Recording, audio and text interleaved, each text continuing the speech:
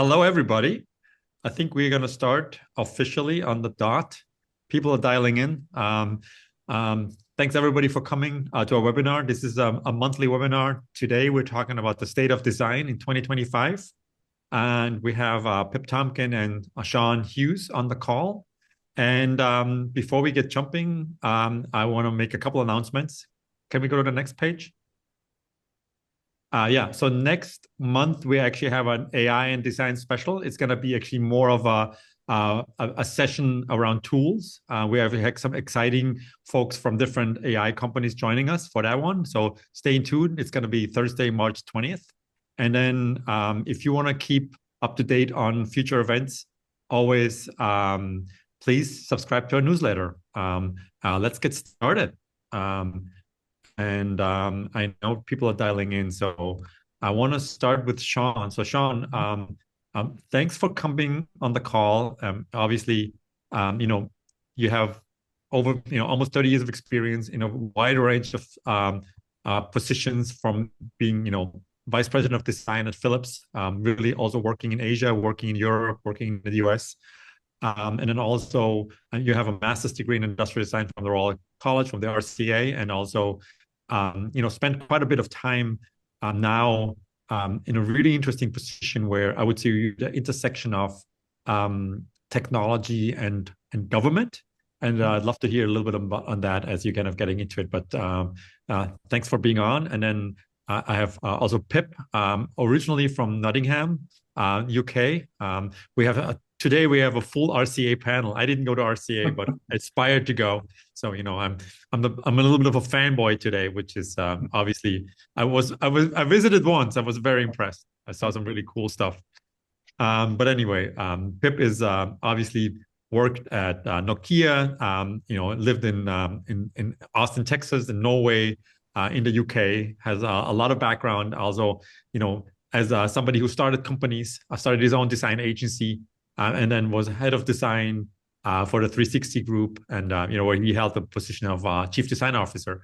Sean, I would love to hear a little bit from you as a kind of a first introduction on your journey. Maybe kind of paraphrasing what I said, and then we go to Pip, and then we start questions. Yeah, well, I'll maybe start, but actually, I think my journey really is the journey that design has been through as a profession. Because when I started my career in Philips, I joined Philips directly from the RCA. So I moved from England to Holland, and then design was a sort of distributed function. So design was sitting in different business lines, and it wasn't necessarily a centralized organization. But over the years, it became a centralized organization, and we were able to sort of like consolidate design and create design strategies across the enterprise, bring all the design resources under a single leadership, and have sort of like a really strong, powerful corporate presence. And then gradually, as the years gone by, and over many times, there was discussions: where does design need to sit to be most effective? And then sort of transformations.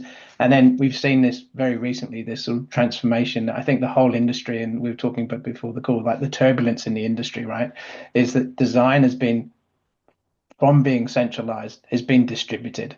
And there's good reasons for that, and there's pros and cons, and we can get into them later. But I've followed that journey professionally. I've seen it happen in the organizations I've been part of, and we're experiencing it now as an industry. And I think various events I've been to, everyone's talking about, hey, what's next for design? Where should it fit, and how can we remain to be effective? So we'll get into that later. But yeah, my journey has been across that transformation. I've lived it, so as we all have. So yeah. Sorry, I muted myself. Pip, maybe you can talk a little bit about your journey and also how that reflects on what Sean just said. Oh, and you muted. Oh, no. Can you hear me? Oh, yeah. Now we can hear you. Okay, can you hear me now? Good. Yes. So first I have to apologize because I'm suffering a bit of a cold, so I don't normally sound like this. But yeah, a little bit about my journey, which is that I think it's straight out of the RCA. I mean, the one of the things that I always think reflect on, I think, just first of all, starting with education, is that when I went to my first degree was at Newcastle, where I learned how to design, and then I think the RCA kind of pushes you to ask a question like, why you design, and that's kind of a constant question you want to ask through being artsy through my career, but I think my trajectory through my career, I wanted to like touch all elements of design. So I wanted to understand what it was like to work in a consultancy. I wanted to learn what it's like to work in house. I wanted to experience starting a company, starting an agency, also starting a product company. So really, and then of course getting into design leadership as well. On working in a C-suite. So I just really wanted to kind of experience it all to kind of get a holistic view of design and also how I think, impact design. And I think that's where, I would like part of this conversation to go, which is kind of what is our role as a designer and how can we influence positively the world going forward? Because I think that historically there's been I think a lot of focus on human-focused design, but I think actually we need to kind of transcend that. And I think we're into a new place, and I think we have additional responsibilities.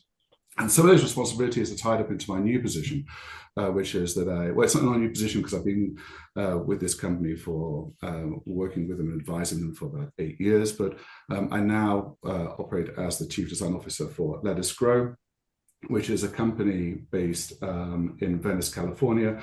And we asked the question, which is that, how can we make the world a healthier place?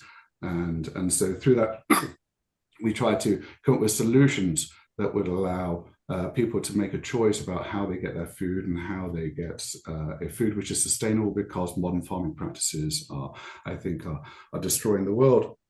So we wanted to give people an option to see if they could, and making us healthy and making the world healthy at the same place. So anyway, I think that's ties up my journey. Right. Yeah, I'm glad you bring this up. And Sean, I have another question for you based on this. Throughout my career, spent a lot of time working with very, very large organizations. And I remember we had a conversation with a Fortune 10 company with the head of R&D. And he basically said, I have, I don't know, I think it was $10 billion R&D budget. And basically, 50% of it is wasted. I just don't know which one is the one I'm wasting, right? So I think design is the same kind of, challenge sometimes, right? You just don't know, like any research and development, any development effort, there's always a risk, and business leadership doesn't like risk. So that's why they always question, where does design live? Does it live on the top level? Does it live in, on the P&L of each division? I think it has to live almost in both, areas at the same time, right? Because if you don't have strategic thought leadership going into the business units, then the business units just become tactical executions of kind of like that business plan. But if you're just in the, in the C-suite, then you really are too removed from the business units. I'd like to hear your perspective on that. No, I think you're right. And I think to be effective, and certainly what I did when I was in senior leadership positions, like as Chief Design Officer for Philips Healthcare, is I really expanded the reach of design. And I felt design could have an impact if we were part of this whole value chain of development, right? So could we put design in the upfront R&D and support the researchers with the sort of early prototypes and consumer insights to help drive the R&D of the products? Of course, design traditionally sitting in that phase in the middle, which is product curation, product development, creating the sort of the industrial design, the software design that is the products that we ship. But then we also saw, certainly in something as complex as healthcare, that actually moving design into that sort of customer engagement side, and we built a consultancy practice to actually engage with our customers, because it wasn't just the products we were shipping, it was the products with the software, with the services that would actually have the maximum impact. So actually, I think for design to be really successful is adding value and different kinds of value across the value chain of business, product development, new product curation. And of course, there's always a risk, right? I mean, designers, we're inherently asked to create the future. Well, we can't really predict the future, but we can use some tools in our processes and methods to help us make some good bets and use some insights to drive it.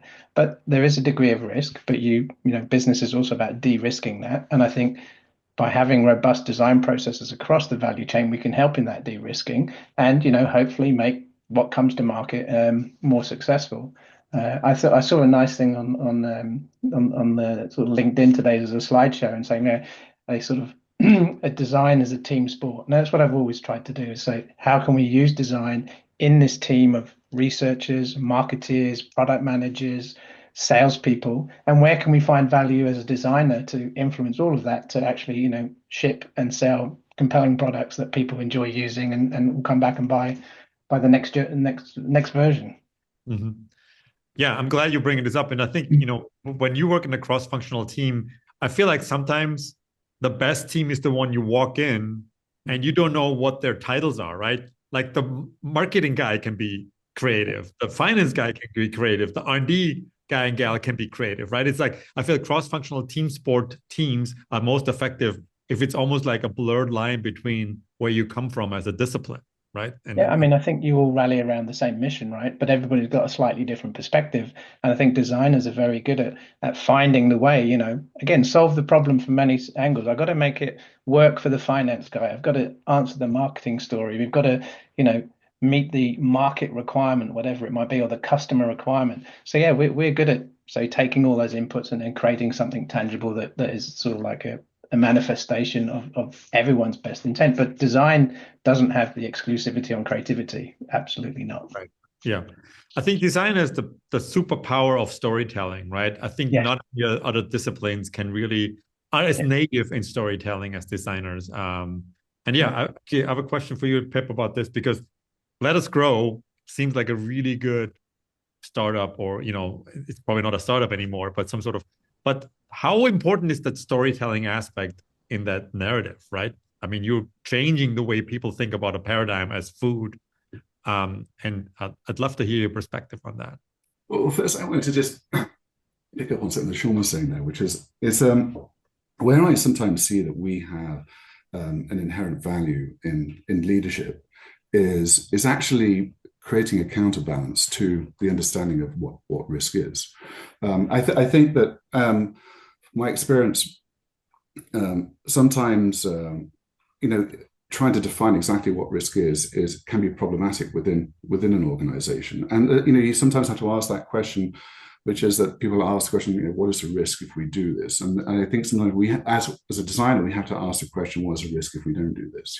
And because we have to keep innovating, we have to keep pushing, and it means that sometimes we have to get uncomfortable.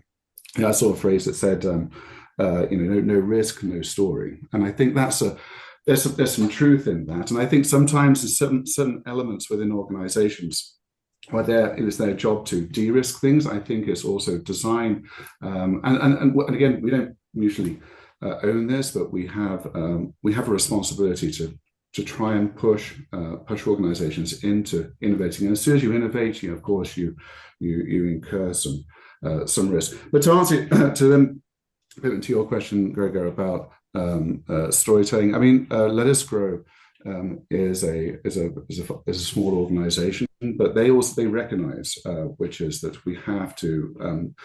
They started with the objective of recognizing that we have to change something. Population is growing. We need to create more food for more people, and therefore we need to come up with alternative solutions which are more sustainable. So being able to kind of put out something which is completely new and changes people's understanding about where they source their food is critical. And so we base everything, I think, around our storytelling, about trying to convince people or inspire people to change the way that they do things so they can lead a more sustainable life. But yeah, design has been a critical part of that journey and our success in this area. No, I mean, storytelling is kind of like the key, right? It's taking the various inputs and ideas of other people, but putting it into a narrative form that someone will understand, and it has a beginning, a middle, and an end, and it's going to be inspiring. It's a very human trait to tell stories, right? Before we wrote things down, we had verbal tradition of passing things on through language.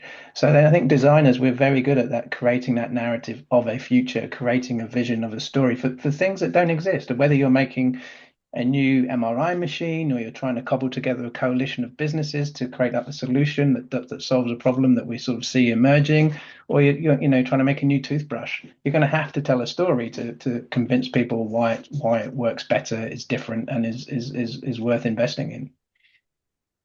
Yeah, and I would add on to that, which is that I think you start to blend over into, if you at the start create a really good story, that naturally um, manifests itself into what is brand, what the company's brand is. Because I always subscribe to this idea, which is that brand is what people say behind your back. And if that is the case, then if we're developing kind of wonderful products with a wonderful story, then if people are able to kind of repeat that story that we've started, then I think we get into a really good space. Yeah.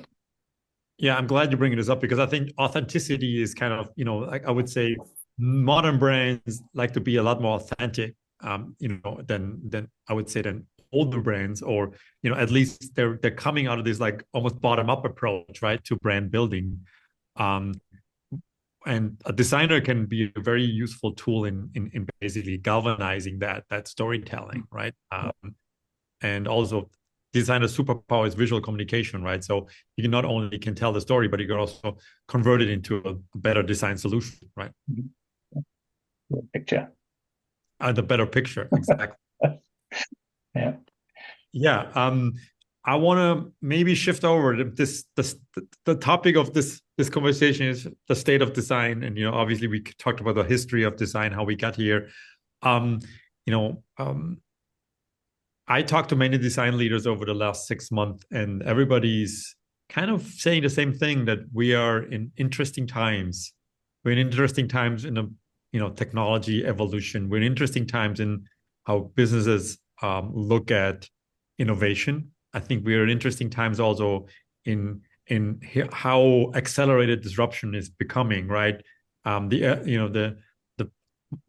do a lot of mobility projects, and I think the whole mobility industry, from automotive to micro mobility, is getting really kind of, I would say, accelerated futures, as the cycles are much faster, but the production cycles are not getting shorter, right? So it takes 5-7 years to build a next mobility platform, but you don't know as a future leader where to go sometimes, because within that next cycle there could be a completely new set of players. That the Chinese manufacturers are really changing the way we think of EVs and things like that. I would say designers, at the same time, getting less asked for future and more getting assigned to tactical executions, just because there's not as much design happening in these companies anymore. We're a little bit of a crossroad where we kind of predict the future. We want to predict the future. The future is evolving faster and faster. We're not getting necessarily more resources to do so. I'd love to hear from you guys on that perspective, and maybe some of the journeys you guys have done in the past in that perspective. Maybe I'll just offer a couple of things to sort of like characterize the turbulence as I understand it, or as how I'm rationalizing it maybe for myself. Is I think we're actually victims of our own success, because so many of the things that design was talking about, if I go back many years ago, right, hey, we have to do ethnographic research, we need to do journey mapping, we need to sort of work in multidisciplinary teams, we need to have workshops, and workshops became hackathons and stuff like that. So the way that designers went about doing their work, there's been a massive democratization of that. So we aren't the exclusive owners of doing that, and sort of design thinking provided those frameworks and ways for many other people to adopt those approaches. So actually, a lot of the perhaps unique things that design was bringing to the table have been adopted by others, and now kind of like part of the way work gets done. So we're going to have to sort of like now step back and say, what's our next special sauce? What is the next thing that design's doing? And people are saying, oh, we want to revert back to the craft of design. Well, I think, yeah, that's part of it, but I think there's more we need to do is, again, take ownership of that idea of innovation. We can be a catalyst for innovation. We can be a catalyst for storytelling, and position ourselves in that way that we can, again, make things tangible. But yeah, so it's that process now of everybody else is doing the things that we used to do that were special for us. We need to have some new tools. And then there's also been this distribution of design, right? So design, because of the way software is developed, designers are sitting in these distributed Scrum teams, making a difference in in those little teams, rather than sitting sort of in a centralized resource thinking about the future. And maybe just one thing on that briefly is, when in my previous leadership roles in Philips, our future work was very visible, but it was only a small part of what we did. The invisible bit was the stuff that we made 95% of the work we did was products that would come to market that would be the next generation or the follow-up or the next improvement. So that sort of future exploratory work was always and is always a small part of the work of designers. It's just the bit that's very public and the bit that everyone gets excited about. Right. Yep. Yeah, Pip, I want to hear from you. Yes, I mean, so I agree with everything you said there, sure. And I mean, I think I also think about, which we touched on a little bit, the tools which have become available, a lot more accessible, kind of allowing more people to be involved in design. I think there was also there was an acceleration in design education in the 2000s as well, which put a lot more designers in the market around the world as well. So it decentralized where people went to do design, and then also manufacturing itself accelerated in the early 2000s. So it meant that now we have a lot more factories and a lot more accessibility to, if you want a specific thing made, it's a lot easier to do that than it was 15 years ago. And I think that it has changed who the designer is and what the design needs to be. But I subscribe to the idea, which is that there's possibly an argument that there's never been a time where design is more needed, because technology is becoming more abstract. It's becoming more defining of our lives, and design sits at that point between kind of what technology is and what function and whatever the problem we're trying to solve, and how that applies to people. And that's the intersection that we sit at. And I think that, like I say, as technology is getting more complicated, it's more and more important for us to get involved to make sure those solutions are right. And that's where I think the major problem is trying to make, I think, businesses aware of that need to make sure that we are marrying technology properly with our human needs. And I think we see some misses in that area, and it's accelerating.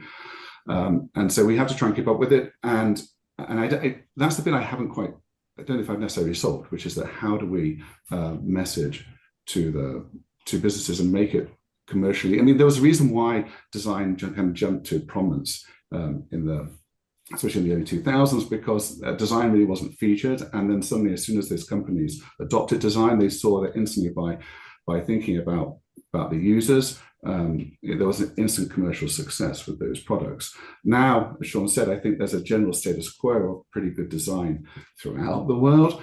And so trying to find something which is exceptional, that allows us to kind of maintain our value, is a little bit more tricky. And that's the bit I think, again, we got to think about. And that's why I personally think, which is that what we're going to see over the next few years is issues with, and it's not just because I don't want to beat this over the head, but I think there's a concern, which is that because of the amount of products we're developing, I mean, we just read about, Humane, just like they just got acquired by HP and they're dropping their pin, and then all those products are going to be bricks. That's just terrible, which is that we develop these products, and the amount of resources that go into developing the things that we develop is massive, and it has an impact on the world. So what my belief is that we're going to get to a point where sustainability is actually going to become very, very prominent in our lives. And that's when I think where it's going to, on the zig, on the zag, back to trying to understand and have people thinking about the future. That's when hopefully businesses and the world and maybe government will turn back to design to say, okay, where are we going and what's the right direction to go? As opposed to right now, it feels a little bit like the Wild West. Everyone's just kind of doing their own thing without thinking at all about the impacts of anything. Everyone's making products. And I think we just somehow, if it's naturally going to swing back, or we just need to message it to swing back to providing people who develop products to think a little bit beyond tomorrow. I agree with you. I think, an interesting thing about this is also, I'm glad you're bringing this up, is as technology is getting amplified, right? The world of designers explaining those technologies to humans becomes, more important. However, to deliver a good experience, it also is a lot more technology involved to make that experience work, right? So there's a much closer interaction between design and development that has to happen to make, something look more fluid or more embedded, or, the narrative be cleaner. So it is more of a commitment from a company to kind of go down that design journey to deliver a better experience than it was in the past, right? When you build a physical object, that physical object was, the outcome, right? Now you have a physical object with a digital experience, with a narrative, with there's multiple stakeholders. There's, especially in healthcare, there is the patient experience, there's the caregiver experience, there's the, purchasing experience. So it gets a lot more complicated, right? So I think that's maybe also, I never thought about this, but maybe that's why designers getting more decentralized, right? Because they have to be, in order to kind of work more embedded in a technology framework. I think what you're alluding to, Gregor, is the fact that we're sort of designing much more in ecosystems and parts of ecosystems. Whereas in the past, when I started my career, the ecosystem wasn't very complex, right? There was a manufacturing company and a retailer, and we had to make sure that the retailers were happy with what we sold them, and eventually there was consumers as well.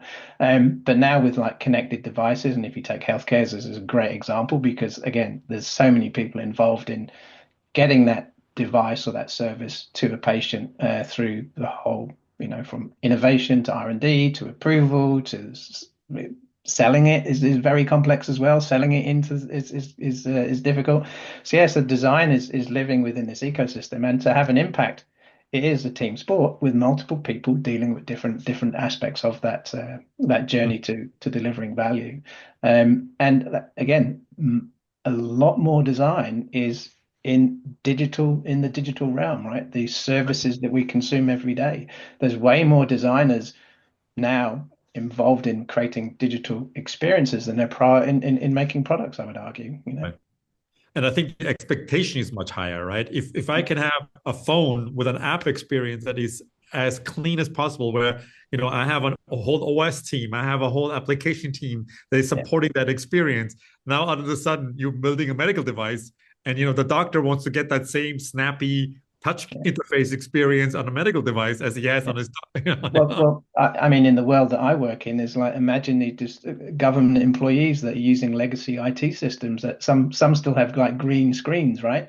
And they're kind of coming in and go, hang on a minute, I'm supposed to use this why can't it be like this? And there's a massive transformation and modernization opportunity to think about how, and that's where I see my role as a designer has evolved, is like really having a societal impact through the work that I do in supporting the federal government in designing and delivering better services for both the employees who work, because a lot of the work is just intergovernment, to the digital touch points that consumers reach out and consume government services. So that's a really nice way to say, hey, what's the value you add as a designer? Well, I'm improving the service experience of our federal government.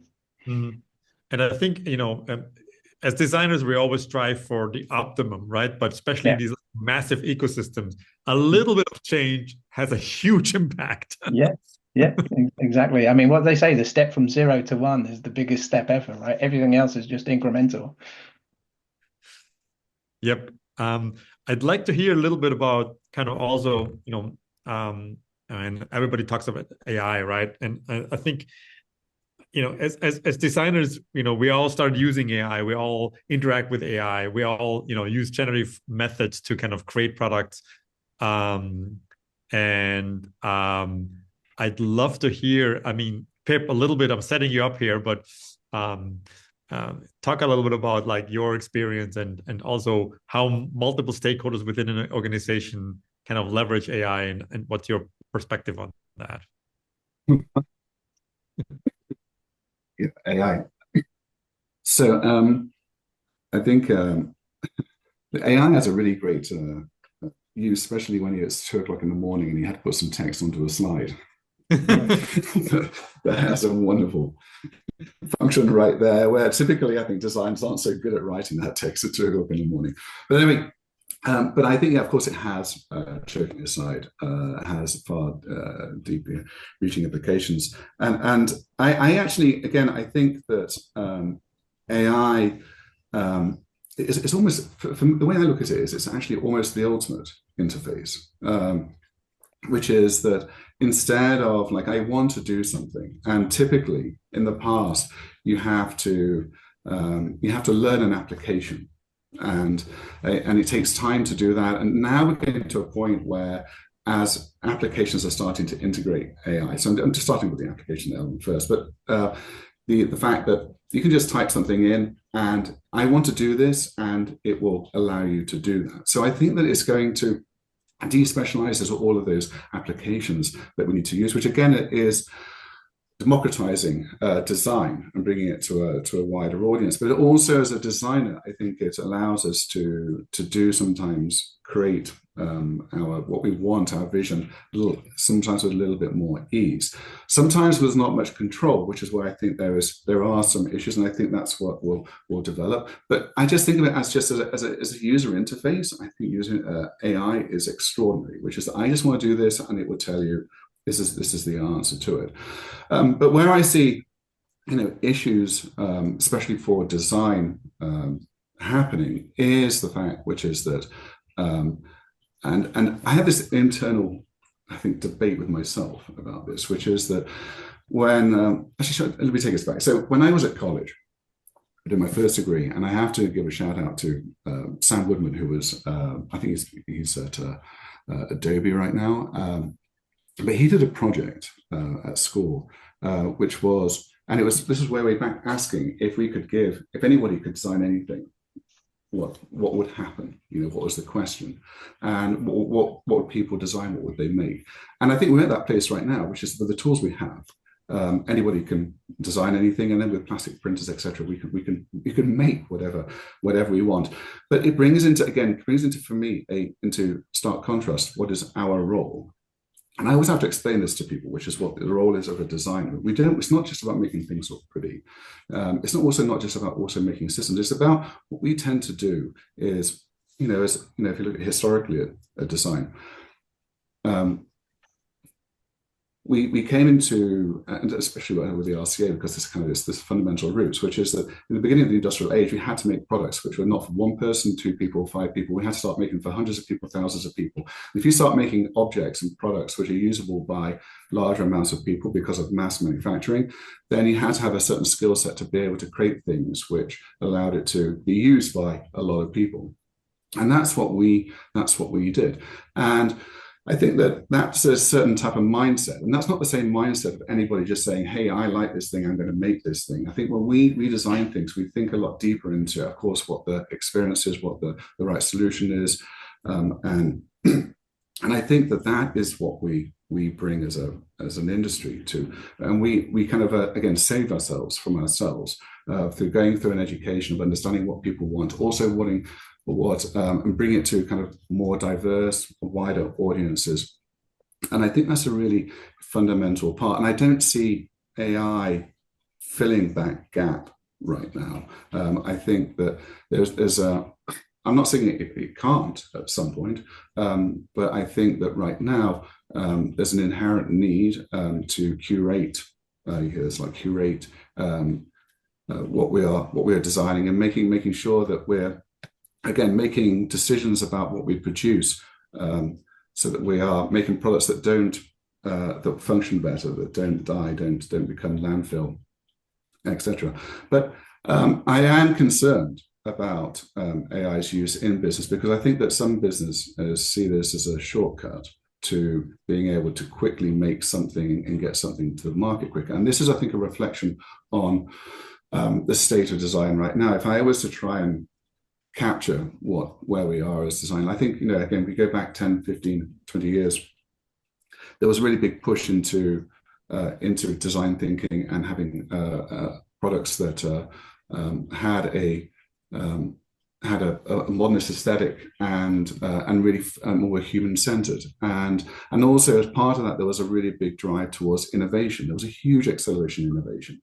Right now, I see innovation somewhat, if you ask me, flattening out, and I see that not as a result of the need for innovation. It's just the fact, I think, that sometimes design is a victim of what the market wants, what people want. We always talk about the fact we're human-centered. I think that the humans right now are wanting things which are lower price and quicker to market, and they like things to be delivered on their doorstep today or tomorrow, and as inexpensive as possible. And I think that the prioritization of those two elements have overtaken innovation. And I think that major companies who typically would invest in innovation, they are concerned that putting money into money into researching how a product or innovating a product, that is a problem, because I don't know if they're concerned, I think, with being they're being copied very, very quickly and putting all that money into it and getting their return on their investment.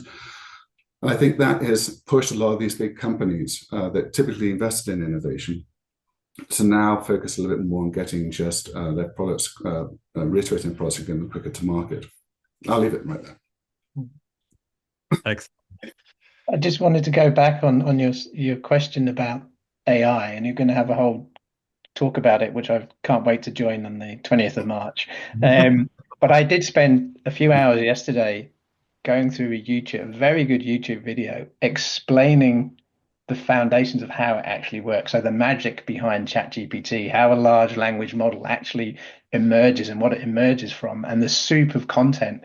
So like the fact that to build those large language models, every page on the internet, 2.7 billion web pages, the text has been extracted and consumed. And then they've used the model to find patterns in the text. And now when they created their first model, they had about 1.6 billion parameters that they used to decide on the random ordering of letters and what letter would come next in order to answer the questions that we pose it.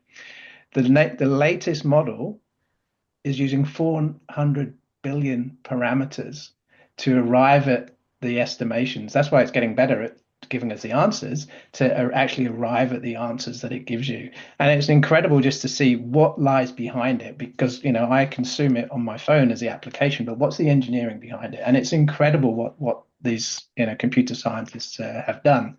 Now, how am I using that in my design work? Well, like Pip said, very, very nice at crafting words, really good. If you've got a blank sheet of paper, I even did it like, create my annual objectives. What's my 4 objectives? I asked ChatGPT to help me because I can't know what's going to be my objective. So I'll just write these 4 things.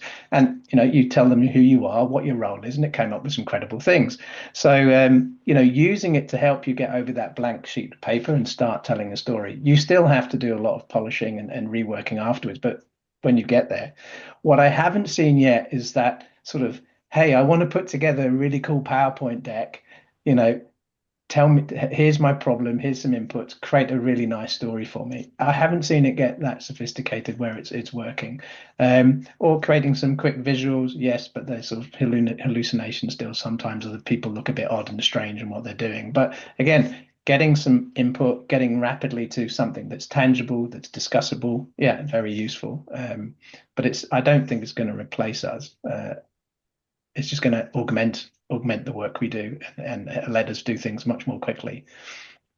Yeah, and I think this, and I'd love to actually. The next question will be about design education, but I think as designers, we are the ultimate curators, right? If you think about it, Apple really was an evolutionary reaction to Brown, and Brown was an evolutionary reaction to Bauhaus, and Bauhaus was an evolutionary reaction to, as Pip said, the industrial movement, right? If you create one object, obviously you have one customer. If you create 1,000 objects of the same mold, all of a sudden, you have to think about it in like the more like denominator, right?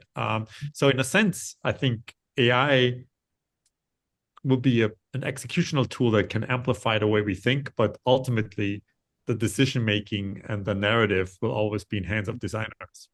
Yeah.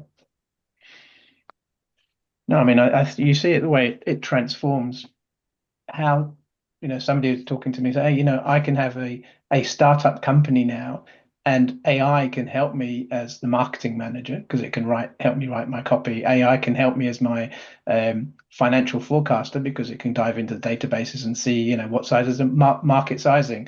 So actually, it amplifies the skill sets and the information that we need in order to sort of like drive decision making. So again, speed, efficiency, it's going to add all of those things, but there's always going to have to be a human in the loop to sort of make some qualified decisions. And to be honest, like if you think of the design, if you think of the job of a designer, right? And it, UX, industrial design, service design, there's a lot of tasks that are very time consuming, but not very creative, right? Yep. Being a CAD file to be the right stitched quality, having a pixel perfect UX layout. There's a lot of work that has to go, and it's not necessarily the core of our creative. I mean, simply checking, for 508 compliance, right? So having the tools that can help you to make sure that what you are producing meets some requirements and standards, which are very exacting, changing all the time, right? That's where AI can kind of come into its own to help us to work, more efficiently, and like I say, focus a bit more on the more creative things. Right. I want to open it up to some questions that are already in the chat, but before we do that, I have one last question around design education. Obviously, you guys both went to a very good school, and I think the school is also unique in a way that it prepares people, as Pip said, not only how to design, but also why you should design. I think it's a very overemphasized part of the education there, where people really get put in situation to think about the impact of design, right, in a greater context. I think that I see a lot of students, we go into schools, we talk about AI tools that are very afraid of their futures because of AI. And I think it has to do with the fact that they might just think of design as a physical activity, but not as a thought exercise. I'd love to hear, how can we make design education better and kids better prepared for where we are in a crossroad as a discipline, right? Pip, you want to dive in there? Easy question. I have some thoughts as well, but I'll let Pip. So first of all, I think part of the discussion we're swirling around here, which is that it's just design is still absolutely necessary, and I think is absolutely necessarily at the leadership end of an organization, because one of the functions that design does is it questions, and it questions sometimes assumptions, and AI typically, and we're only as good as the questions we ask, or as we sometimes say it, we're only good as the brief that we get, and I think that so when I think about the future of design, I think about the fact that good design comes from challenging assumptions, and sometimes taking a look backwards as opposed to always trying to iterate and go forwards. I always talk about the fact that the I don't know how many times people have been in meetings and asked me, like, hey Pip, can we make this quicker, faster, cheaper, smaller? All the words that end in but that's a problem, because it doesn't really address exactly what people want, what users want, and it avoids paradigm shifts, which we have the capability of bringing through creative thinking, through the challenging of assumptions. So I think for me, when I think about design education, I think about the fact that I think there's an additional skill set that can be taught to emerging students to understand that role, and also understand, which is, I think, as a role as a designer, you really have to be a lot broader. I mean, when I was studying design, I first started drafting, and then industrial design was very much about crafting something out of a piece of wood, and it was a physical thing. And of course, as we've been talking about, the digital world has become an inherent part of the solution. And when we're trying to think of the right solution, it might be physical, it might be digital, it might be both, and it might. So I think that when we're thinking about it might be questioning, I think, within design education, the somewhat specialties of design education, industrial design, graphic design, user interaction design. I think that there's a little bit more, you have to be a little bit more versatile as a designer, and that might have an implication on the education of future designers. Yeah, sure. No, no, actually, I agree with you. I think what I would say is we have to have people recognize that design is fundamentally an intellectual process with a physical, tangible output, but it really is very intellectual. And because you have to take in a lot of data, transform it, and that data can become from desk research, marketing reports, whatever, your own insights and experiences, or the experience of others, and transform that into something that's new, different, viable, compelling, and tell a story around it. That is a very challenging intellectual process, I would say. So we shouldn't be afraid of positioning design as an intellectual activity.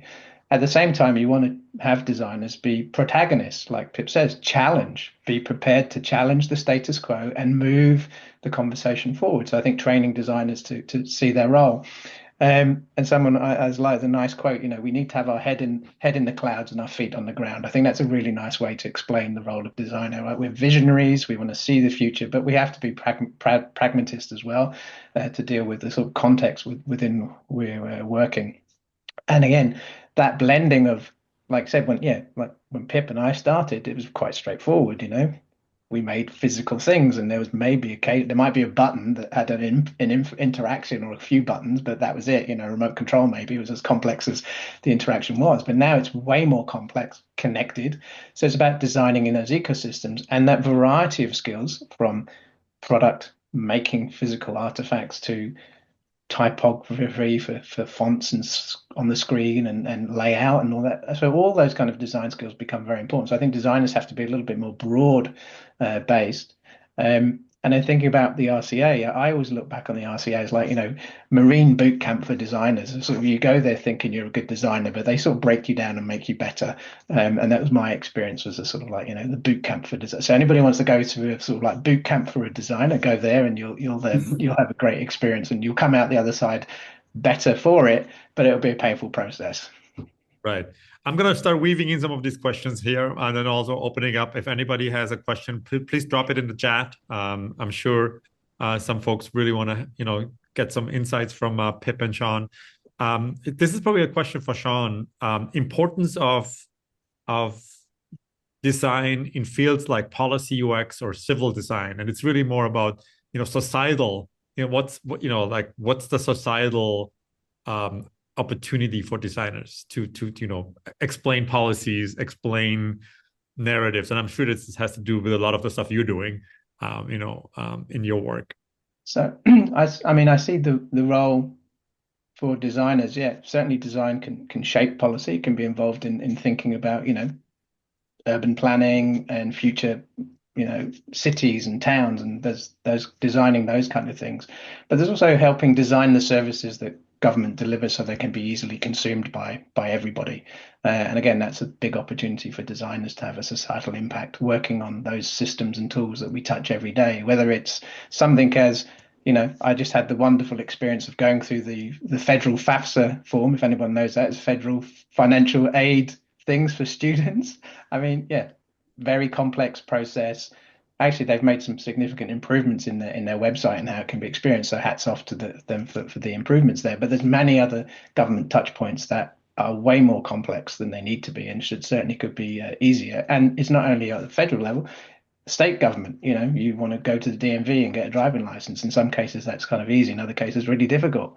So how do we help all of those kind of players help us get better experiences so we can consume the services that we need to sort of live in the civil society? So yeah, there's plenty of opportunities for designers to have a societal impact, working on those kind of invisible everyday tools that we all are surrounded by. Yeah, and to Leslie's question, I think it also comes down to the fact that if government agencies or people that develop code or software or solutions for government agencies, I think once they experience working with a really good design team or a good design function, they understand also it not only adds, it's not more work, it's actually less work, because I'm not creating code that then doesn't work because nobody understands it. I'm becoming more effective, right? So amplifying the importance of design in a sense is also about the efficiency of outcome, right? Because I'm creating a simpler system that can be understood by more people. that is But ultimately in order to get the conditions right to do that, you have to advocate for it in actually shaping the RFPs that get produced. So you have to be ahead of the RFP to make sure that the design effort for discovery, testing is actually embedded into the request. If it's not, then it's never going to happen because there's no budget for it. So, we have to be at the front end of advocating for that approach so that the kind of contract vehicles that come out enable those resources to be applied to the projects. But I think what happens is, as you said, like the people that are writing the RFQs are maybe sometimes looking at other agencies that had similar efforts and say, okay, this worked. Yeah. Why? And then, if you can write it in, exactly, this is what's happening. I think generally speaking, as we think of design, especially in UX, right, it tends to be a little bit more embedded in development teams, and having, I would say an agile cycle sometimes can be the detriment of, I would say, these bigger design questions, right? As you really focusing on maybe a form or some subsystem within a larger ecosystem. I think also giving designers the ability to think outside of their current work sprints is really essential in amplifying the design role. But Till, you had something about do we have any examples of design thinking tools that help shift Clotilde, can you explain it?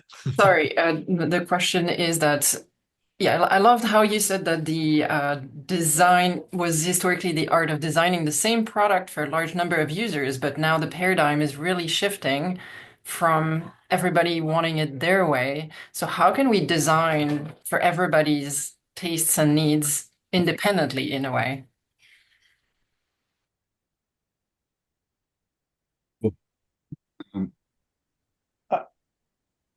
Sorry, tricky question. No, but I think you see examples of that, right? Where like you can go on to, for the idea of personalization and customization of a standardized product. So, the way that Nike or Adidas design their shoes, they're made of individual components, and they were put together at the end of the production line, and they had blue stripes and white stripes and the yellow tongue and white soles, but they were curated by the company in one way. So that same distributed number of parts now, we're giving the opportunity at the end of the supply chain for consumers to say, hey, I want to have my shoes my way. Now, I'm going to pay a little bit of a premium for that, but it's designed into how the product has been made. So they've made it in a way that can be mass customized by a wide number of people. And then they've built the supply chains to deliver on that. So there is this sort of idea of customization, but it's still within a kind of like a defined playing field. There's only so much customization that can be achieved by certain people. I mean, the ultimate customization is me having a 3D printer here and designing my own knives and forks and printing them out because I don't like anything I can get on the internet. But that's not everybody's way of living. Yeah, when I first when I was referring to this, I was more thinking about the fact that like people I think we've gone back into this batch production to a certain extent, which is that people are just doing very small runs of things, and I think that has an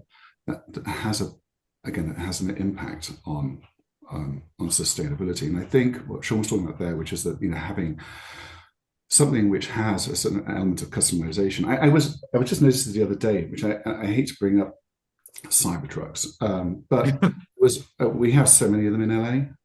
But what's incredible I realized the other day is that now when I see them around, I don't hardly see any of them in the original silver color. Everybody has wrapped their Cybertruck. So they basically, by producing only one color variant of that particular vehicle, now everybody is out going and making their own color with their own finish.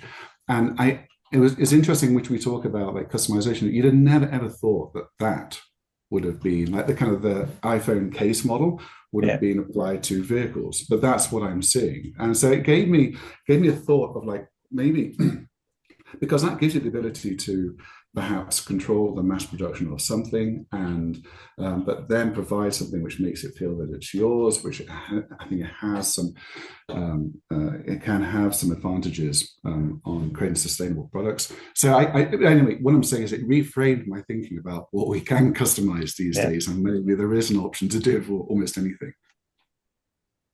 It's funny though, you think about it, there's $100,000 truck that you can buy, but not in the color you want, and you have to spend another a whole load of however much it costs to put another color on it, you know. Well, it's interesting, right? Because it goes back to Henry Ford, right? You know, they can have any car. Right, exactly. Right. But in a sense, right? So I don't know if you guys heard about Ferraris now limiting kind of what you can customize because they didn't like some of these influences, you know, basically tarnishing the Ferrari image, right? So it's a little bit of the what you give up as a brand is you go to mass customizations in a sense, you know, you as a how do you still create that storytelling, that narrative to keep kind of the ethos of the brand alive. Yeah. Well, let's see if there's any last questions. No. David had a nice analogy about explaining stories if you guys are in the chat. But as we're wrapping up, we have about 3 minutes left. I'd love to hear maybe like a last round around you know, the future.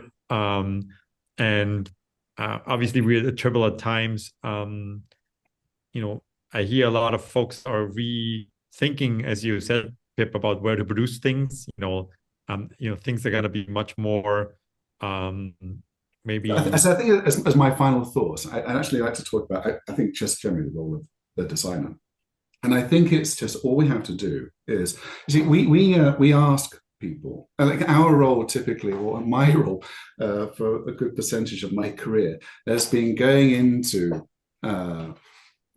companies or helping companies say, hey, you can do this different and you can do this better. And I think that we're at a point where we have to look at ourselves in the mirror and we have to ask ourselves, like, the world has changed. How do we do it different and how do we do it better? As we've discussed today, there's a role, because it is Sean said, it's an intellectual practice that is key to the future, all the tools that we interact with. We just have to apply that same design thinking to ourselves moving forward. Excellent. Well, Sean, the last table. I remain optimistic. I'm always an optimist, right? I think there's creative people will find creative ways to sort of reinvent themselves and add value in the process, like we've done throughout. You know, we added new ways of thinking about design, added new skills, ethnographic research, journey mapping, user testing, you know, all these new rapid prototyping. We've found out ways to be to sort of like add meaningful value to business and society. And I think we'll continue to do that, but we're just in the turbulence of, we're not sure where this journey is going to end, but we're strap on our seatbelts and suffer the turbulence, and there'll be a good outcome. I agree. I mean, I'm getting, to be honest, like the variety of work comes to the studio right now is flabbergasting. I think I've never worked on micromobility, mobility, you know, B2B, B2C, like it's wild, right? I feel like a lot of companies are actually rethinking how to kind of grapple with these new realities, and their, you know, designers can be a big part of that. Yeah. We're wrapping up. Obviously, we're at the hour. Thank you so much. This was an incredibly riveting conversation. Tune in next time. And thank you. Have a wonderful... I'll be there for March 20th. I want to hear see all the examples of how people are using design, AI in design. Excellent. Yeah, it'll be a riveting conversation. Excellent. Thank you very much. Thank you. Take care. Bye, everybody. Bye. Bye.